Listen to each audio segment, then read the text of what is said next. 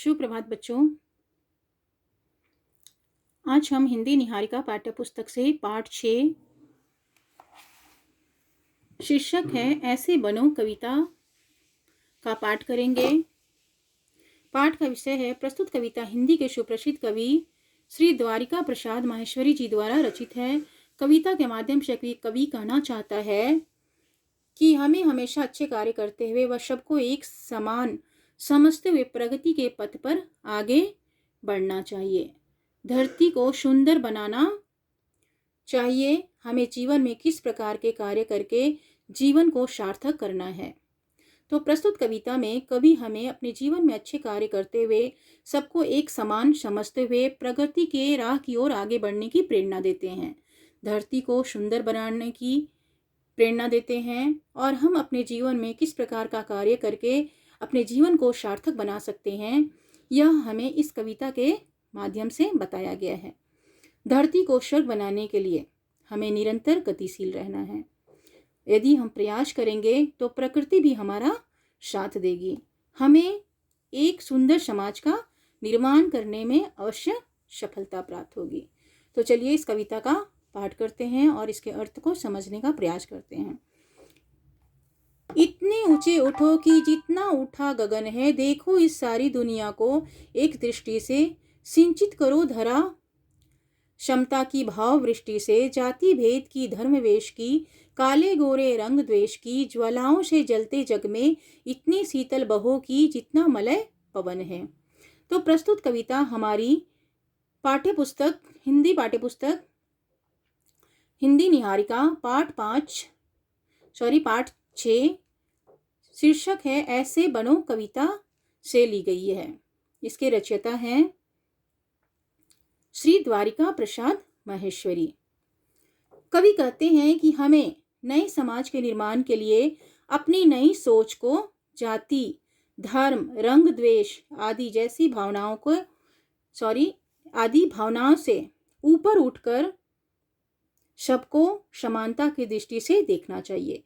जिस प्रकार वर्षा सभी के ऊपर समान रूप से होती है, उसी प्रकार हमें भी सभी के साथ समान रूप से पेश आना चाहिए।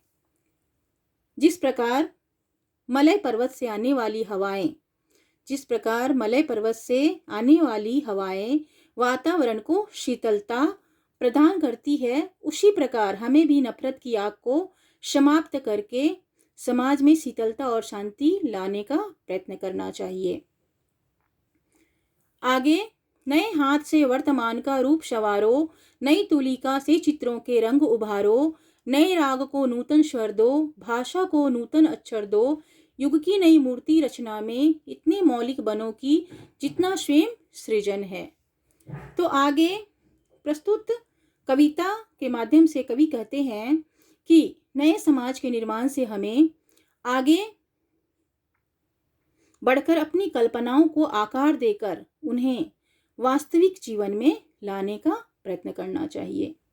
जिस प्रकार कोई चित्रकार अपनी कूची अर्थात ब्रश कूची से अपने चित्रों में रंग भरता है और जिस प्रकार संगीतकार अपने नए राग में स्वरों को पिरोता है, उसी प्रकार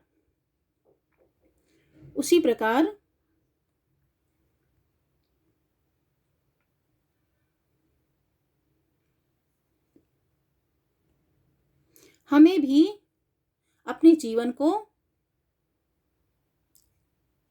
बनाना चाहिए। आगे है, लो अतीत से उतना ही जितना पोषक है, जीर्ण शीर्ण का मोह मृत्यु का ही द्योतक है, तोड़ो बंधन रुके न चिंतन, गति जीवन का सत्य चिरंतन धारा के शाश्वत प्रवाह में इतने गतिमय बनो की जितना परिवर्तन है। तो प्रस्तुत कविता में कवि कहना चाहते हैं कि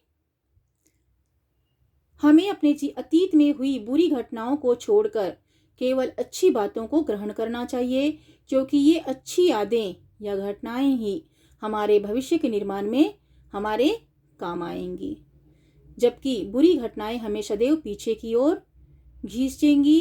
इनसे हमारा विकास रुक जाएगा।